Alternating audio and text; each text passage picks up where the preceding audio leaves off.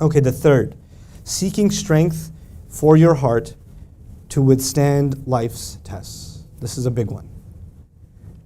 Every day we're tested. Sometimes the tests are small, sometimes the tests are big. But let's talk about big tests. What are some big tests in life? Call them out. Death is a big, death in the family, death of a loved one, death of a friend. Other tests? Money related, money problems. Sickness, illness, sure. Failure, disappointment, you know. But exam is not a, well, it is a test. Yeah. Natural disaster, also be an exam on Friday.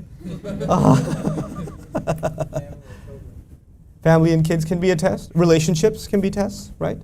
We can have trouble with our parents sometimes. We can have trouble with spouses, trouble with siblings, trouble with friends. Isolation can be a test. You feel lonely. You feel like nobody understands you. You feel everybody hates you. Addiction can be a test, sure. Now, the idea here is these tests, when people are going through a hard time, what do they need? Again, call it out. Comfort, solace, support, someone to talk to, someone to vent to.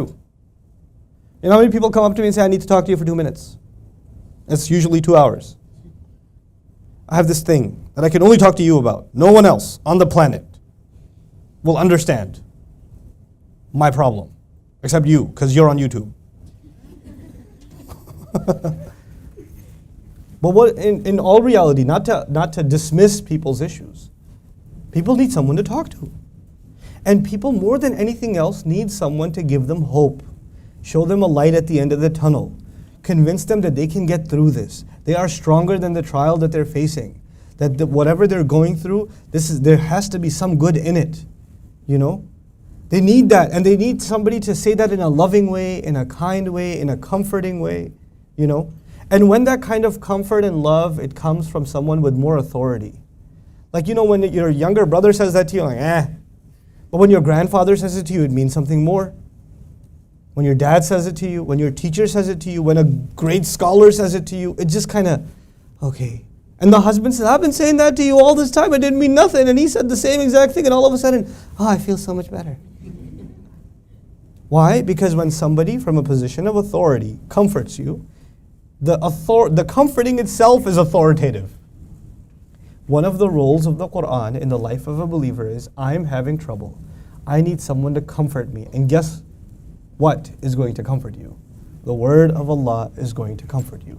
You're going to open up the Quran and you're going to read something and it's going to bring you comfort exactly in regards to your trial. One of my best friends in life, back in New York, I won't tell you his name because this recording will go up somewhere and he'll see, hey, you mentioned my name.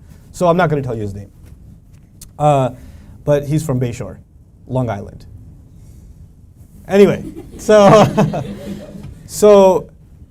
he one time, like, this is like maybe 12 years ago, he's like, hey, so Nouman, how do we get guidance from the Quran? I need guidance from the Quran. Where do you begin? What do you look up, like an index? If you have problems with patience, read these ayat. If you have problems with health, read these ayat. What do you do? I was like, hey, try this. Next time you have a problem, just have a mushaf with you, a copy of Quran with you, and just randomly open any page and start reading. But read with the intention that you're looking for Allah to give you comfort, to give you guidance. This is guidance to the heart. Just read, see what happens. 2 weeks in a row, every night I meet him at Isha, he says, hey, yo bro, it worked again. Yo man, it worked again. It was crazy. People don't know about this, man. This is so crazy. I had this problem, and I was reading, and like third ayah I read, I was like, whoa! That's exactly what I was. That's what it's supposed to be. But Quran will not give you that if you come to it as a critic, remember? Quran would only give you that when you come to it as a seeker. Oh, it'll give you comfort. It'll become your companion. And that salah will be therapy. That salah will be, you could go see a counselor, and then you could go talk to Allah. And Allah will talk to you. It'll become a thing of beauty. That's really, when you can learn Quran, you can internalize it, you can understand a lot of Quran. When you really taste Quran is when this therapy happens. And a lot of times this therapy happens in the middle of salat. Those are the most beautiful moments in a believer's life. When those moments happen, when the ayah hits you like a lightning bolt about the exact problem you were having, that's a high.